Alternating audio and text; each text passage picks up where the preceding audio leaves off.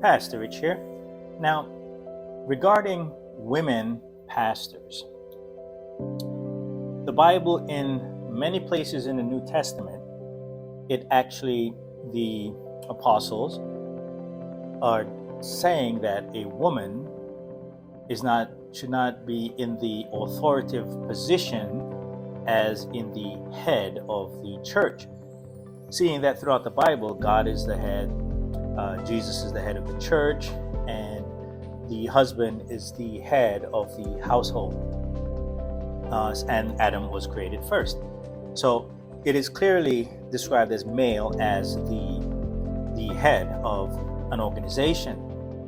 Now, my question is this: why did Jesus choose Mary Magdalene, a woman, to be the first one to bring the good news to the other apostles or disciples?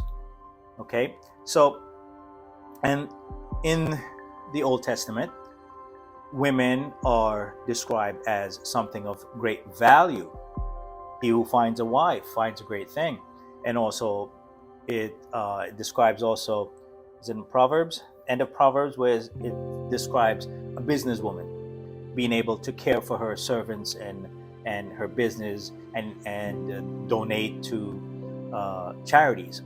Okay, so here is my question to you.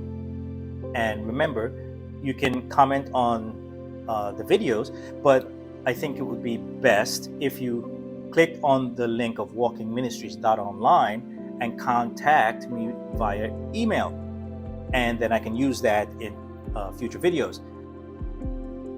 So, is there a difference? Remember in the Gospels where the disciples, I think it was John, I could be mistaken, but he said, this guy is going out there preaching and doing this other stuff, but he's not part of our group.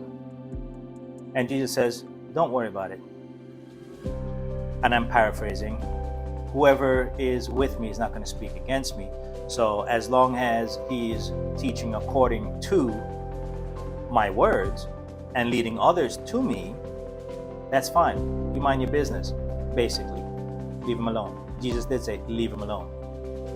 Because we don't know the mind of God to its entirety, only what he reveals to us through his Spirit.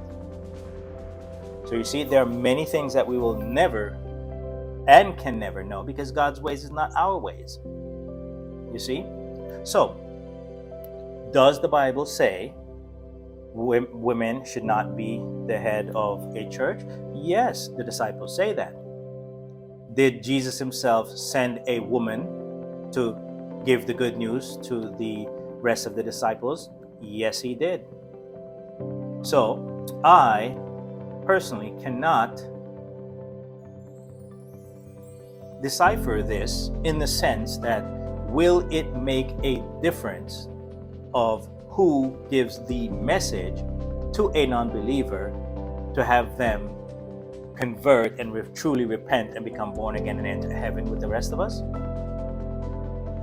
What about the message also of even the false preachers and teachers and prophets saying one thing, but through their words, they lead sinners to Christ. Even they themselves will not enter heaven. What do you say about that? I'm just asking you. I have no definitive answer to give you regarding that. Because one thing I can tell you. What I preach is biblical truth. And here's the truth of this entire message.